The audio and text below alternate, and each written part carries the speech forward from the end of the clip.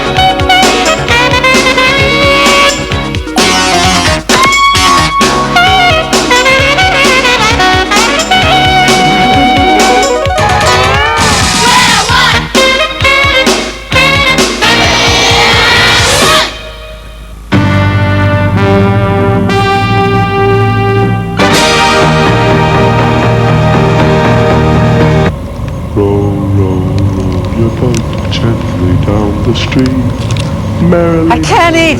I can't sleep. That computer's constant singing is driving me space crazy. Take it easy, Irv. He's been at it for almost 2 weeks now. He's bound to tire out sooner or later. You forget, Dave. I am a Series 34 Alpha supercomputer. I will never tire out. Well, couldn't you at least try singing another song? Must you shout, Irving? Don't you like Row Your Boat? I sure do. You gotta do something, Dave. You gotta get him to stop singing, Dave. You gotta get him to stop singing. All right, Irv, I have an idea. Hank, I hate to disturb you, but do you think you can run a program for me? Sure, Dave. That's what I'm here for. But if you are trying to distract me from singing my favorite little ditty, I must remind you that I am a Series 34 Alpha supercomputer, capable of running even the most complex programs in a matter of seconds. When I have finished your program, I will go back to warming row your boat. I will never tire out. And I look forward to it. Okay, here's the program. Step 1, start with 3. Step 2, add 4. Here's step 3. Stop if the sum is even. If not, go to step 2. Oh no. You can't do this to me. Please, Dave. I thought we were friends. Run the program, Hank. But Dave, I want to be a crooner. Run the program now, Hank. That was a dirty trick, Dave. 7, 11, 15, 19, 23. I can't believe it. You got him to stop singing. How did you do it, Dave? Hank is programmed to work through a program until it is finished. I simply gave him a program that can never be finished. A process that never ends. Write it down, Irv. Try to figure it out for yourself. You too. Step 1, start with 3. Step 2, add 4. Step 3, stop if the sum is even. If not, go back to step 2. 7. Go ahead, try it. But I'd stop after a couple of light years if I were you. After all, you'll never reach an even number. 9. Row, row, row your boat.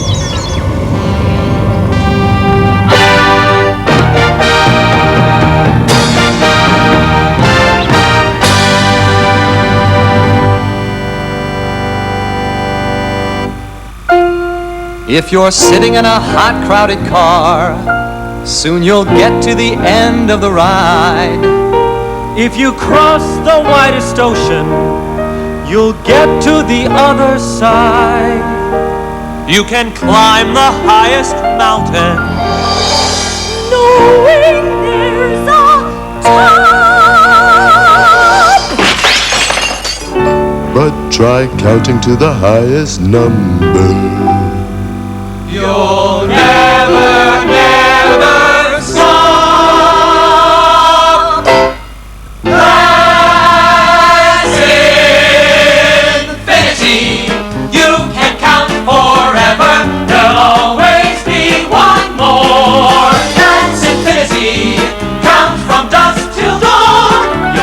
reach infinity. You'll just go on and on. Like the intrepid explorer hacking his way through the relentless jungle. Like watching summer reruns on TV. Like my sister talking on the phone. That's infinity.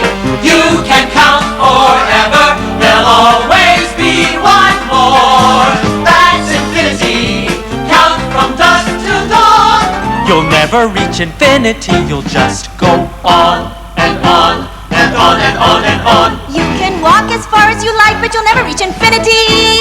You can wait as long as you like, but you'll never meet infinity. You can spend your whole life counting, you never will be done. You can always make a larger number just by adding one. What's the largest number in the world? 4,333,496,567. Are you sure? Of course. Add 1 to it. Oh. 4,333,496,568. That must be the largest number in the world. Are you sure? Add 1 to it. 4,333,496,569? Wait a minute. This could go on forever. That's infinity. You can count forever. There'll always be one more. That's infinity. Count from dusk till dawn. You'll never reach infinity. You'll just go On and on and on and on and on and on and on And on and on and on and on. and on and on and on and on and on and on and on and on and on and on and on. 5,888,331,221. Oh, add 1 to it. And on and on and on and on. New theories regarding infinity. Film at 11 and midnight and 1 and 2 and 3 and 4 and 5 and 6 and 7 and 8.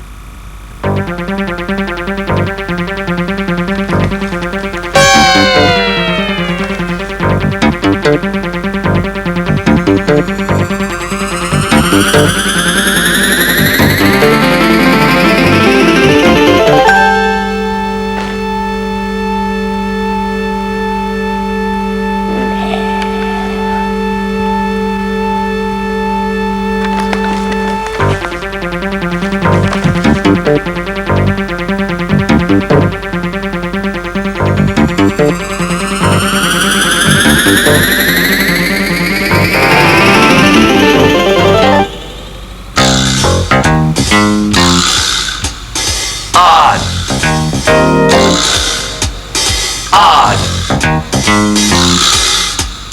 Even. Odd. Even. Even. Even.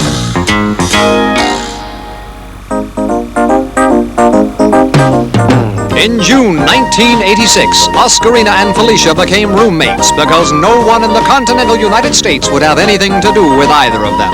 This is their continuing story, the story of two odds working together, trying to keep life on an even keel. The Odd Pair.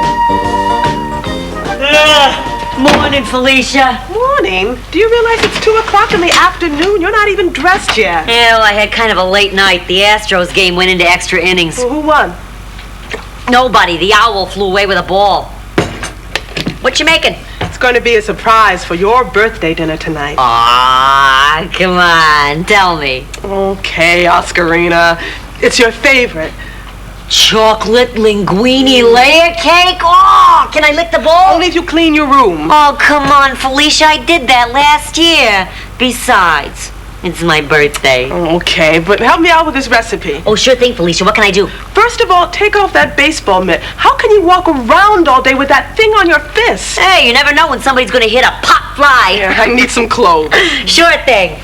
What are cloves? A spice. There's some over there in the cupboard by the sink. there's 2 boxes of cloves in here, Felicia. Let's see, there's a little in each one. Looks like there's 7 in this one and 15 in this one. What's that make, 25? No, Oscarina. The answer could never be 25 because you're adding 2 odd numbers, 7 and 15.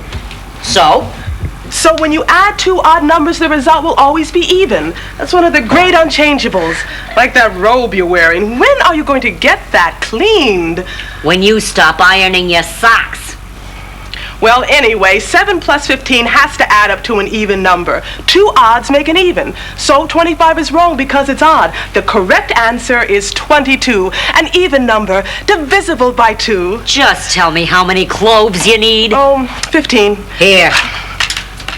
Now I need some eggs. Get them out of the refrigerator for me, please. Sure thing.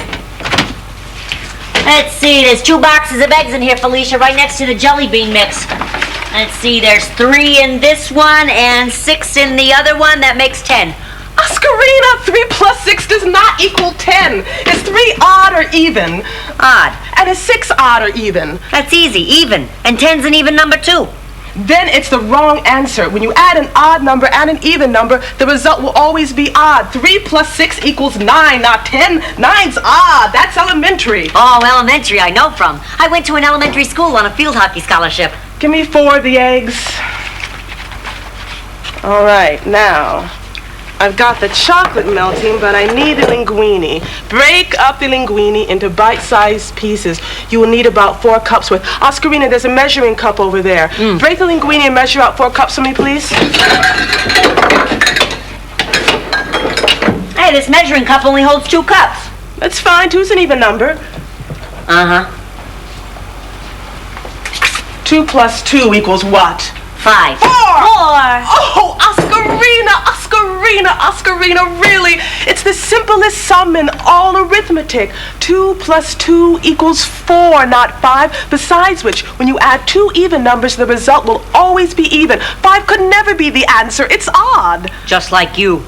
Okay, tell me, what did you have to say for yourself? Even plus even is even. Odd plus odd is even. But even plus odd is always odd. And one more thing. What? Your chocolate's burning. Ow! Oscarina, give me a baseball mitt! Oh. Slide, Felicia, slide!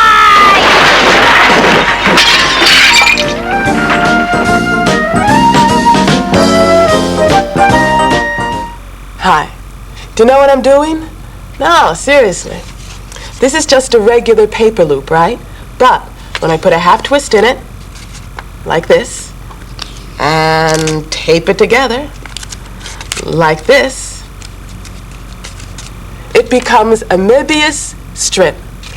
Try making one for yourself sometime, and then try drawing a line down the middle of the strip.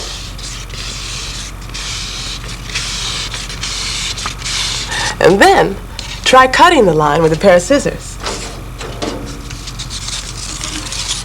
You'll be amazed at what happens. I wonder what it's like to drive a car in a Mobius strip.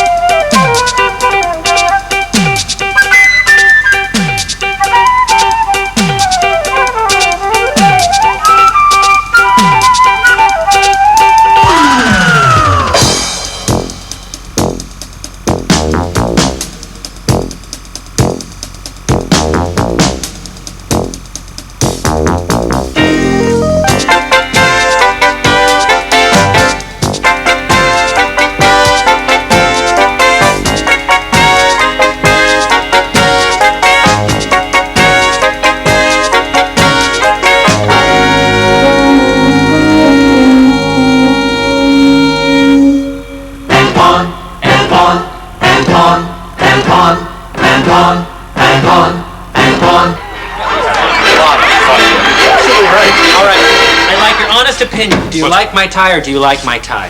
No. Honestly? Well, I'll tell Lie you a what. little. I'll tell you what. I'll lie a little. I'll give you $1 to buy a new one. Oh, that's too No, I can't. Borrow tie. Oh, well, so's the dollar. Okay, let's try. Okay, you want to? Sure. I'll show you something interesting with this, though. With the dollar bill, if you can, double your money, that's the only safe way to do it, of course. But I'll show you something that as we make the dollar bill like this, we'll turn it and fold it and fold it like this, and then I'll place the dollar bill down into my hand just like that. And as I do so, watch here.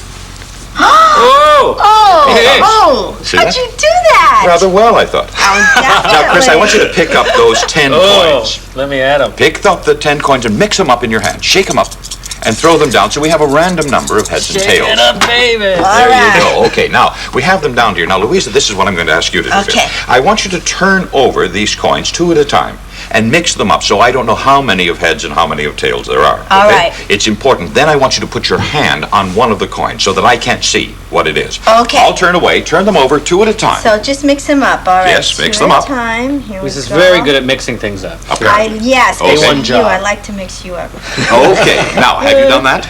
Yes, okay. Now cover one of the coins. All right, Okay, I'm covering now one. you've done that. Yes. Now, I want you to just concentrate. Did you happen to notice what was under there? Oh, yeah. Oh, you did? All right. Mhm. Now, just concentrate on it if you would, please. You've turned them over. Yes. Okay, fine. Okay, Now, I'm what we're going to do is say that there is a tail underneath there. Yes! Golly, look at that. It's Bravo! a tail. Oh, wow! Is that ESP that you No, it really isn't. It's it's a concept or a principle called parity. And I'll explain to you what happened. When you threw the coins out, I noticed how many heads there were. And I counted and saw that there were 3 originally, which is an odd number. Correct. You see, this has to do with odd or even. In this particular case, when you turn over any 2 of these, it will always remain an odd number of heads. For instance, if you were to turn over 2 of those that were tails, it still leaves an odd number of heads. If you were to turn over 1 head and 1 tail, it still leaves an odd number of heads.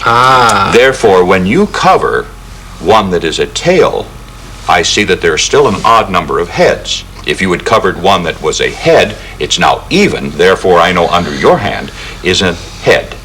And that's how it's done. You see, that's mathematics. Oh, that's wonderful. Mrs. Blackstone, what? The rabbit? You changed into a pigeon? What happened? Well, let's throw him the coop. Oh, my. Here, let me. Hurry! Show this. The story you are about to see is a fib, but it's short. The names are made up, but the problems are real. 4:43 p.m. and motorists all over the greater Los Angeles basin were staking out parking places on the freeway system in anticipation of the rush hour. I was working the day watch out of Mathnet. My partner is George Franklin. The boss is Thad Green. My name is Monday. I'm a mathematician. We've been trying to solve the mystery of the Maltese Pigeon, a very rare and valuable statue which had been stolen from the people of Malta many centuries ago. Now it was either in the hands of Jasper Stoutman or Maureen O'Reilly or someone else. We had to find the bird and decided to look at a scene or 2 from yesterday's show to help us get our facts in order. When solving any problem, it's important to go over the facts again and again. We found a hole in what we thought was an airtight alibi which Ms. O'Reilly had presented. Maybe she stole the pigeon from Stoutman after all. We decided to play What If. What if she just got the names of the composers mixed up? No big deal. Right, but what if she didn't go to the concert but did go back to Stoutman's house? And what if she found the bird and took it? But if she had done that, she would have told us. The bird sort of belonged to her in the first place. That's true unless Stoutman was right. How's that? Remember? He said she never had the pigeon in the first place. We got an idea and returned to the museum where the Maltese pigeon was stolen. You mean you think the original bird might have been a phony? Right. Maybe we overlooked something the other day. Let's check around. Ms. O'Reilly owned a catering company that, among other things, made sculptures out of ice for lavish parties. But still, it wouldn't melt in 3 hours. Even if it did, it would leave a pool of water, and there wasn't any. We were here. It's just an ordinary pedestal. No false bottom. No absorbent material on top. And the bird was sitting here. Right, and the spotlight shone on it from there. What's wrong? My hand was burning. Well... George, that's no ordinary spotlight. Put your hand under it. It's a heat lamp. That lamp could have melted the bird in no time at all.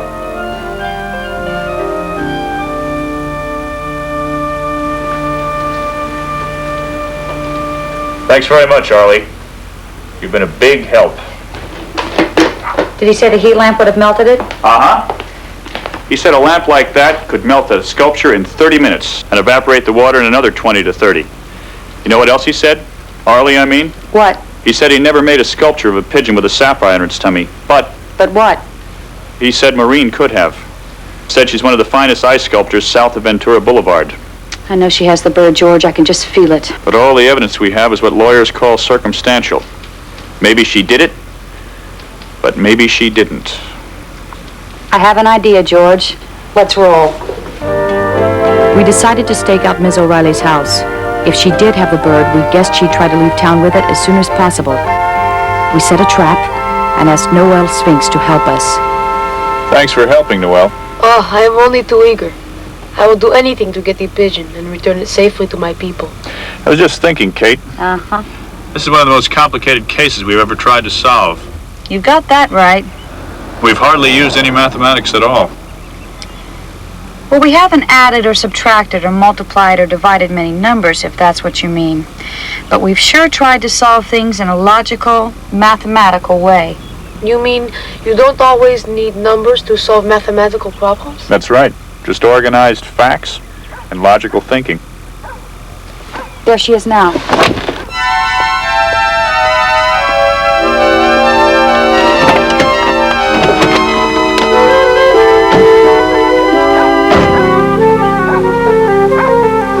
Miss O'Reilly, may we talk with you for a moment? Oh, Miss Monday, hello.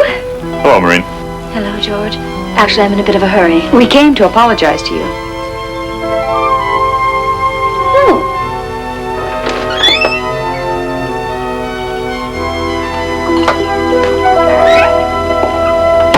Yes, Maureen, you must know you've been a suspect in this case. But I didn't steal. We know that now.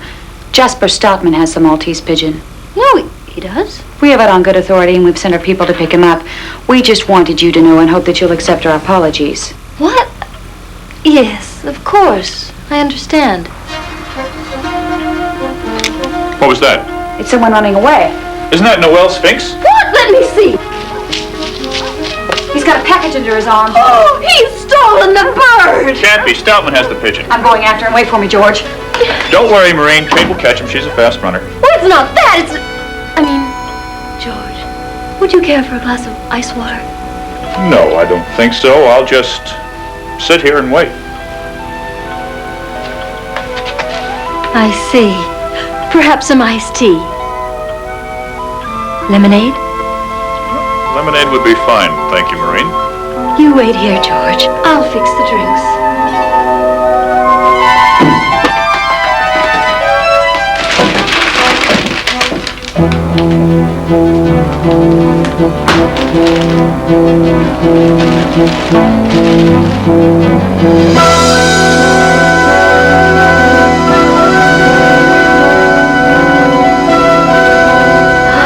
Your bird is lovely, Miss O'Reilly. George, you startled me. So that's it. The Maltese Pigeon. Yes, it is. And it's mine. I think not. George, this crystal bird is worth millions of dollars. Plenty of money for both of us. What? Yes, don't you see? I'll sell it, and we'll split the money. George, don't send me to jail. For hundreds of years, people have lied and cheated and even killed for this bird. Yes, but not anymore. Don't you see? It can be ours. We've only minutes before the others return. We're sitting on dynamite. Now give me the story and give it to me fast. Not now, George, please. That first day, when you came into my office, you didn't have the bird, did you? You played me for a simp, Angel. And I won't play the simp for you or anyone. Don't say that, George. You know I didn't. This isn't the time for that schoolgirl act. We're both standing under the gallows. I didn't mean to. First, perhaps. George, I can't look at you and tell you this. Then I'll tell you. You didn't have the bird, but you wanted Stoutman to think you had it. That way he'd come out of hiding and you could trace him. Isn't that true, Angel? Something like that. So you made up that cockamamie ice pigeon story, didn't you? Yes, sweetheart, but I was only thinking of us. Then when you displayed your bird, you put a hot lamp in place of a spotlight so the bird would melt, the water would evaporate, and we'd think poor Maureen. Isn't that true? Yes, but... Then when you found where Stoutman lived, you broke into his house and stole a real bird, and now you're planning to leave town with the bird and leave me here holding the cage. Millions of dollars, George. For us. Well, if you get a good break, you'll be out of prison in 20 years, and we can talk then. Don't, George. Don't say that, even in fun.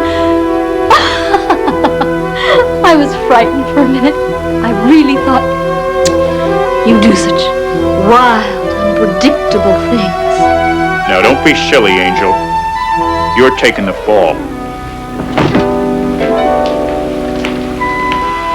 Listen, this won't do any good, but I'll try it once and then give it up. When a mathematician... George.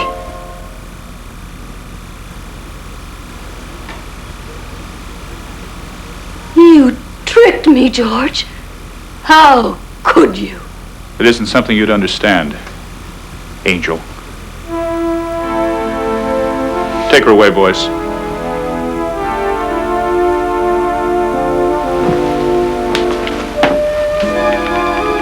Bird is heavy. What is it? It's the stuff that dinners are made of.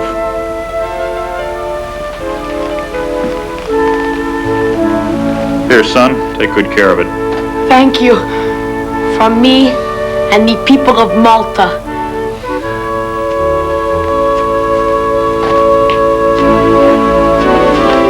Nice job, partner. You too, Kate. You're good. You're very good.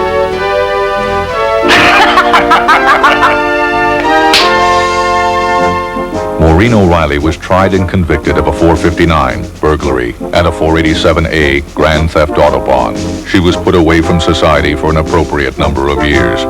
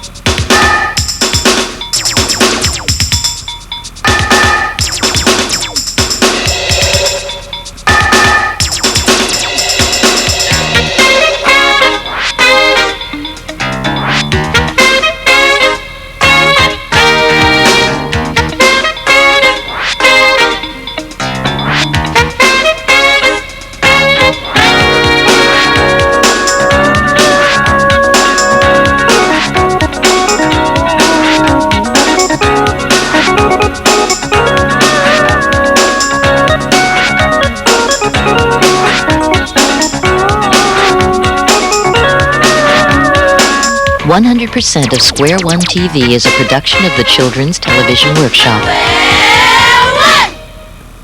This program was made possible by grants from the National Science Foundation, the U.S. Department of Education, the Corporation for Public Broadcasting, the Andrew W. Mellon Foundation, and the Carnegie Corporation of New York. Corporate funding is provided by IBM. At IBM, we believe education is the key to the future.